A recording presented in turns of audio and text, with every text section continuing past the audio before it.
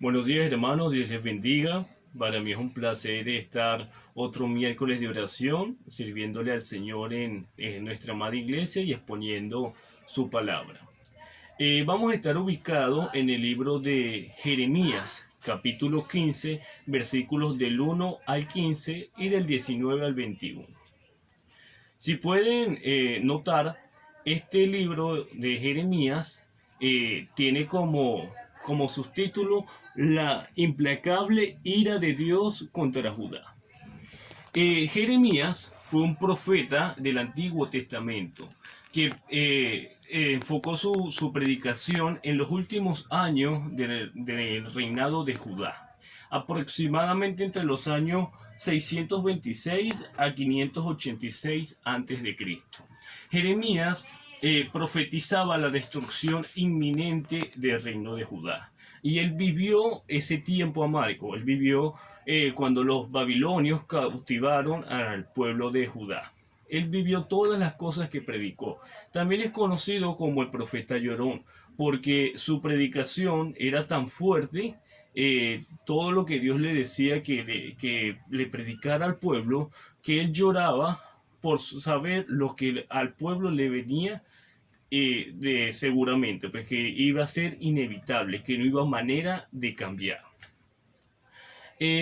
Actualmente, la ira del Señor es un tema poco predicado en las iglesias, ya que se tiene la impresión que Dios es amor, lo cual es cierto, que Dios es misericordioso, bondadoso y todos esos atributos buenos que son realmente ciertos. Pero tendemos a creer que Dios no se molesta, o que si lo hace, Él es un Dios malo, no un Dios que nosotros consideramos, no el Dios que nosotros creemos. Esa es una mala posición que algunas veces llegamos a tomar. Pero vemos a través de su palabra que Dios se molesta, se aira y con mucha razón. Eso lo vamos a estar viendo en toda esta predicación. Hay un pasaje que dice que Dios es amor y otro que dice que Dios es fuego consumidor. Está bien. En esta oportunidad les hablaré sobre la implacable ira del Señor. Ese es el texto de este sermón. Y se divide en tres puntos que son: el primero, la ira del Señor se desborda por nuestros pecados. En segundo lugar, Dios muestra su ira mediante castigos. Y en tercer lugar, Dios, en medio de su ira, nos ofrece su perdón. Vamos a ir en el primer punto. La ira del Señor se desborda por nuestros pecados. Esto lo vemos del versículo 4. El versículo 4 del capítulo 15 de Jeremías nos dice: los entregaré para terror a todos los reinos de la tierra, a causa de Manasés, hijo de Ezequías, rey de Judá, por lo que hizo en Jerusalén. Lo primero que vemos es que Dios castiga por la maldad de los gobernantes. Todo el pueblo es castigado por el pecado de una sola persona. El Salmo 33:12 nos dice: bienaventurada la nación cuyo Dios es Jehová, el pueblo que él escogió como heredad para sí. Las consecuencias de nuestros actos se cumplen en esta tierra y también en la vida eterna, si creemos o no creemos en el Señor. Manasés fue considerado el peor rey en la historia de Judá. Fue un rey que sirvió mucho a los ídolos e impuso al pueblo a la apostasía. El pueblo de Israel podía decir que no era su culpa todo lo que hizo Manasés y que ellos no tenían que pagar por los pecados que él hizo personalmente. Pero si vemos a lo largo de este libro y de los libros de Crónicas y de Reyes, vemos que el pueblo apoyó todas las cosas malas que hizo este rey, que hizo Manasés. Manasés fue un rey extremadamente malo.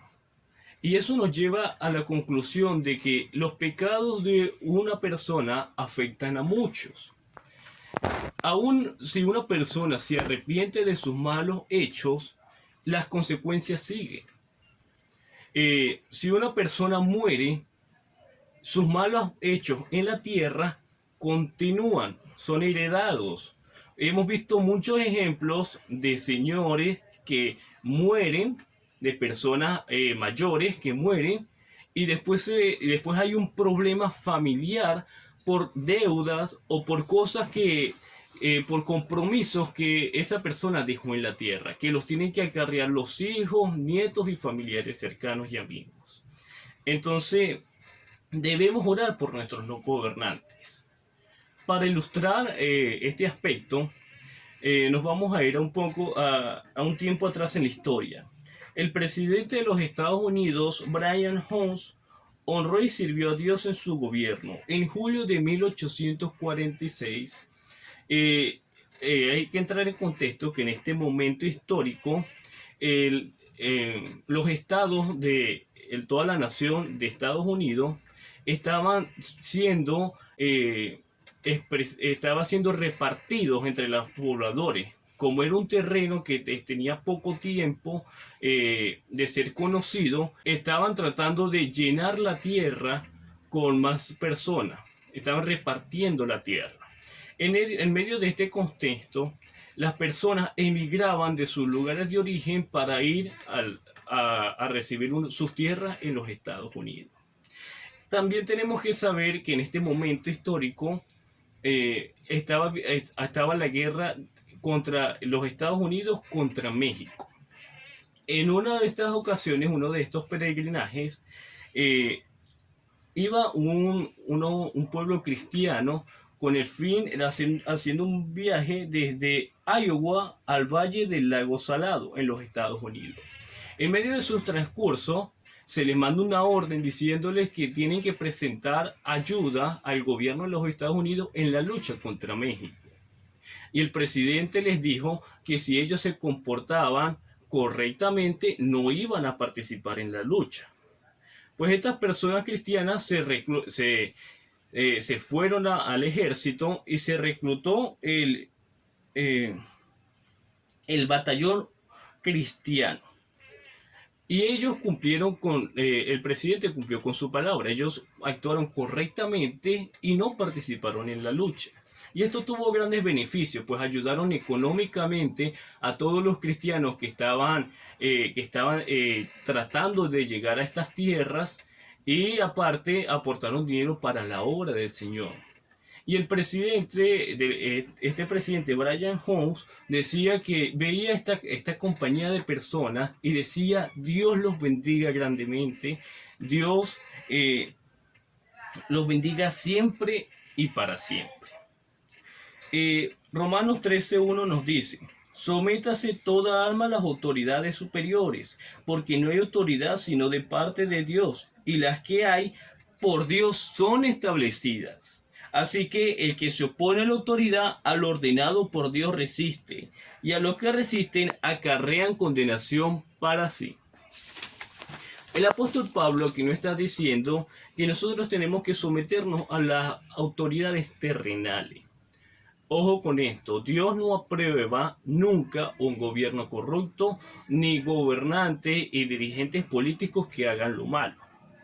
Dios, en su santa divinidad y control total del mundo, Él dispone a veces como castigo, otras veces como planes que solamente Él entiende y los lleva a cabo, hace que se pongan malos gobernantes sobre una nación. Y eso nos debe llevar a nosotros a estar más apegados al Señor. Porque si nosotros apoyamos a un gobierno injusto, un gobierno corrupto, estamos siendo compartícipes de sus malos hechos. Esto nos lleva a lo segundo, y es que Dios también nos castiga por nuestros propios pecados. La terquedad de nuestro corazón acelera el castigo. Nos dice la palabra del Señor en Romanos 2:5: mas por causa de tu terquedad y de tu corazón no arrepentido, has acumulado ira para ti en el día de la ira y de la revelación del justo juicio de Dios. La terquedad se emplea para calificar a una persona desobediente, una persona testaruda, una persona tosuda, una persona que es irreverente. La terquedad va de la mano con el orgullo. Una persona que es terca tiende a ser orgullosa porque no se humilla ni hace caso a las correcciones. Entonces, la terquedad en nuestra vida hace que Dios nos castigue. Y Dios también nos castiga cuando hacemos lo que Él le desagrada. Ahora, ¿qué hacemos cuando pequemos? Debemos arrepentirnos. Si pecamos, debemos arrepentirnos. Hechos 3:19 dice, así que arrepentíos y convertíos, para que sean borrados vuestros pecados, para que vengan delante de la presencia del Señor tiempos de refrigerio. El pecado está arraigado en nuestra naturaleza. Es algo que traemos de descendencia del pecado de Adán y Eva en el huerto del Edén. A raíz de eso, cada persona nace con su naturaleza pecaminosa. Pero esta naturaleza humana no nos da cabida para justificar nuestros hechos. En cambio, nosotros debemos arrepentirnos de las cosas malas que hacemos. En segundo lugar, Dios muestra su ira mediante castigos. Eso lo vemos del versículo 1 al 14. Y vemos que existen 4 géneros de castigos, según el versículo 13. El verso 3 nos dice, y enviaré sobre ellos 4 géneros de castigos, dice Jehová, espada para matar, perros para despedazar, y aves del cielo y bestias de la tierra para devorar y destruir. Vemos que se califican estos géneros de castigo y se renombra castigos físicos.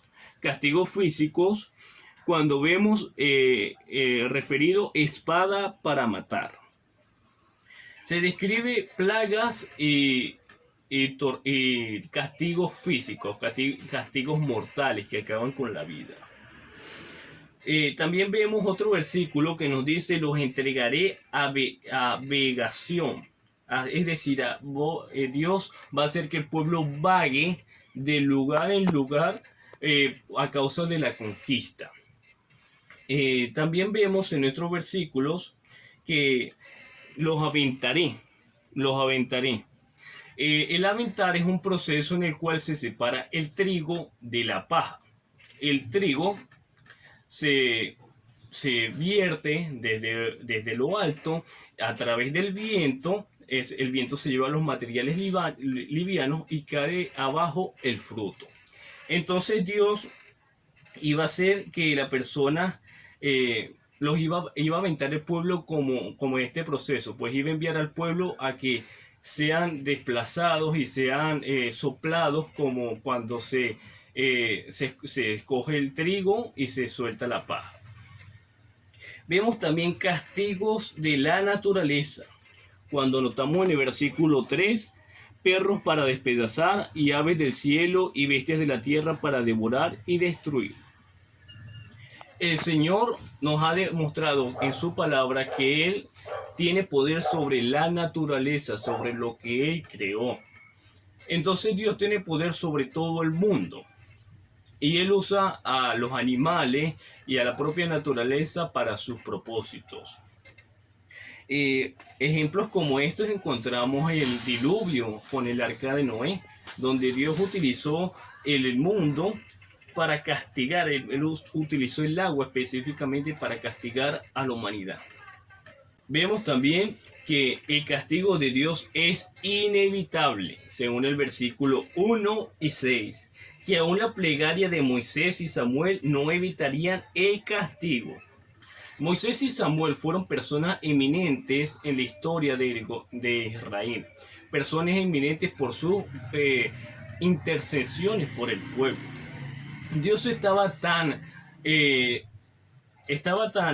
airado y estaba tan decidido en el castigo que le iba a dar al pueblo, que aún así, si Moisés y Samuel oraran por el pueblo, él no iba a hacerle caso a esas oraciones, sino que el castigo iba a venir por la maldad de los pecados del pueblo.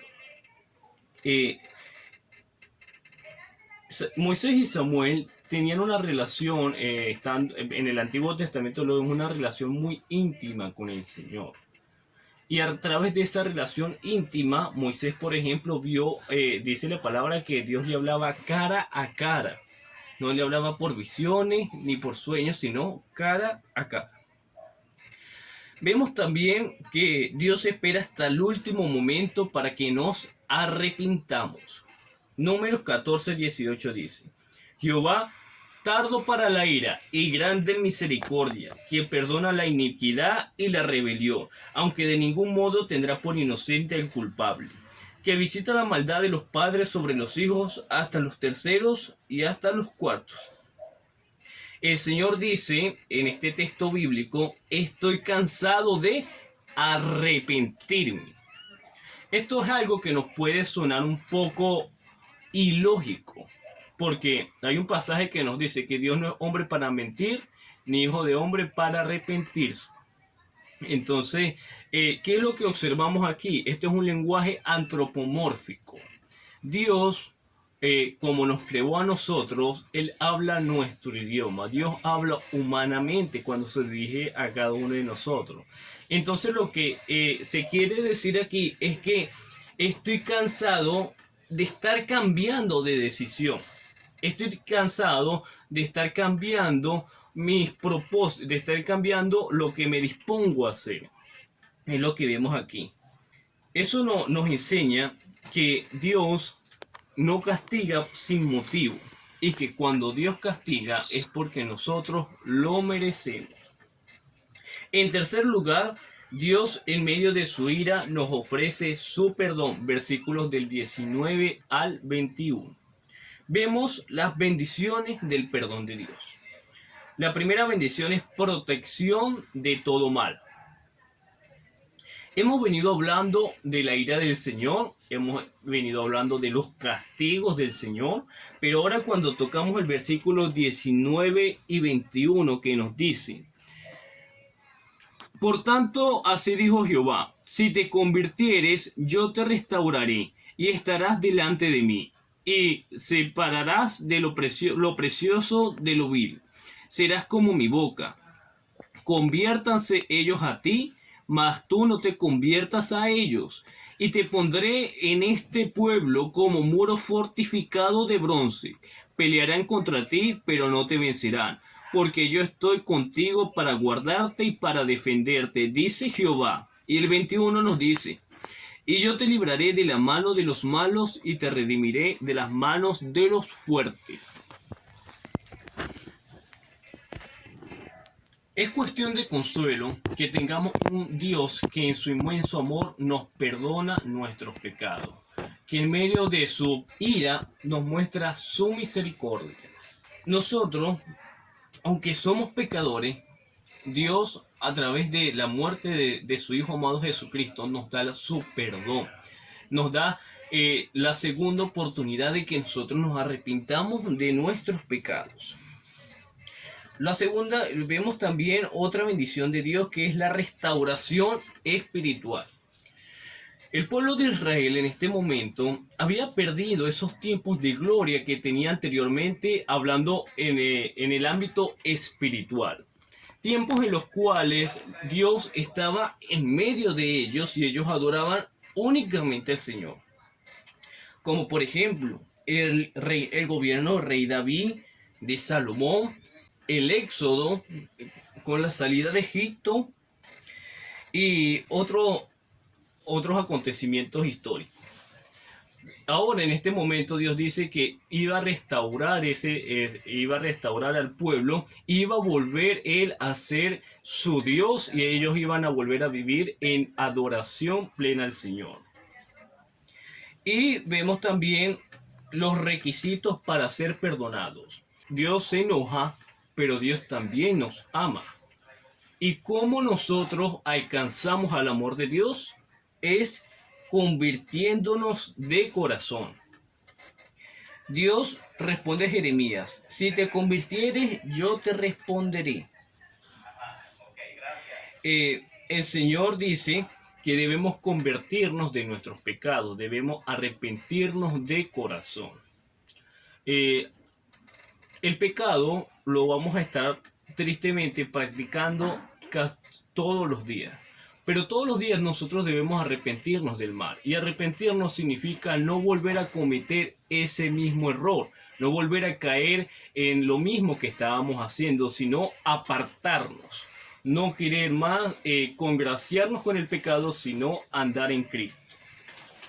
La segunda condición para la bendición del Señor, para su amor, es vivir en santidad. Levítico 19:20 nos dice: santos seréis porque santo soy yo. La santidad debe ser un signo en el creyente, debe ser un signo que lo caracteriza, que las personas lo vean y digan: esta persona es cristiana porque es una persona distinta, porque es una persona que no es como las demás, que no es una persona común, tiene algo que lo hace diferente, y ese es el Espíritu Santo, que se demuestra en nuestra vida como en santidad. La santidad nos lleva a actuar como Cristo, en contraposición con nuestra vieja naturaleza y con nuestros malos deseos. Entonces debemos pedirle al Señor que nos ayude a ser santos como Él.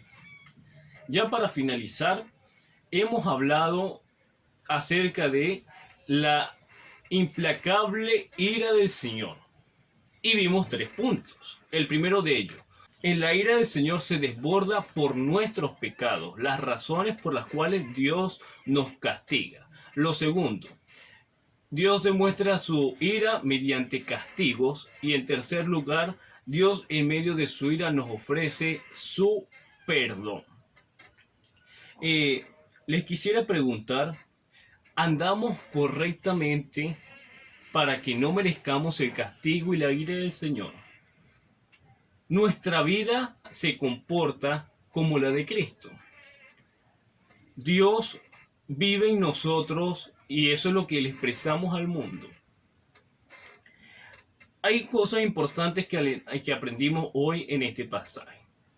Una de esas cosas es que en la oración podemos revelarle a Dios nuestro más grande pensamiento, nuestra más grande angustia, y pedirle perdón por nuestros pecados. También vimos que Dios se molesta, pero que en medio de su ira Dios es amor. Y porque nos ama, nos perdona nuestros pecados. Debemos actuar como su Hijo Jesucristo, andando correctamente, sabiamente en este mundo, para que la ira de Dios no caiga sobre nosotros. Dios los bendiga, hermanos.